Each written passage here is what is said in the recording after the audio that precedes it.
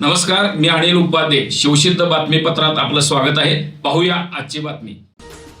हातकणंगले तालुक्यातील पुलाची शिरोली इथल्या छत्रपती शिवाजी महाराज नगर यादववाडी इथं 1 मे महाराष्ट्र दिनानिमित्त हिंदू चौक यादववाडी यांच्या नियोजनातून भव्य शोभायात्रा मोठ्या उत्साहात आणि जल्लोषात काढण्यात आली. सकाळपासूनच परिसरात देशभक्तीपर वातावरण निर्माण झाले होते. नागरिक, युवक, महिला व लहान मुलांचा मोठ्या संख्येने सहभाग यावेळी पाहायला मिळाला.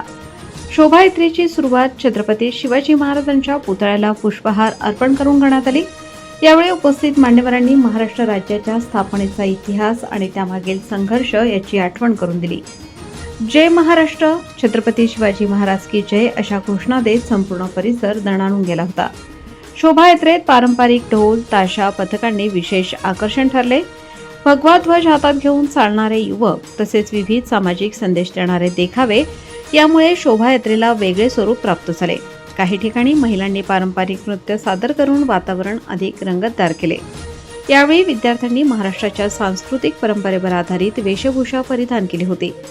छत्रपती शिवाजी महाराज, जिजाऊ, संत तुकाराम महाराज यांसारख्या ऐतिहासिक व संत व्यक्तिमत्वांचे सजीव दर्शन घडवणारे देखावे उपस्थितांचे लक्ष वेधून घेत होते. यामुळे तरुण पिढीमध्ये इतिहासाविषयी अभिमान आणि प्रेरणा निर्माण होत असल्याचे चित्र दिसून आले. महाराष्ट्र दिनाचे औचित्य साधून एकात्मता, संस्कृती आणि स्वाभिमान जपण्याचा संदेश या शोभायात्रेतून देण्यात आला.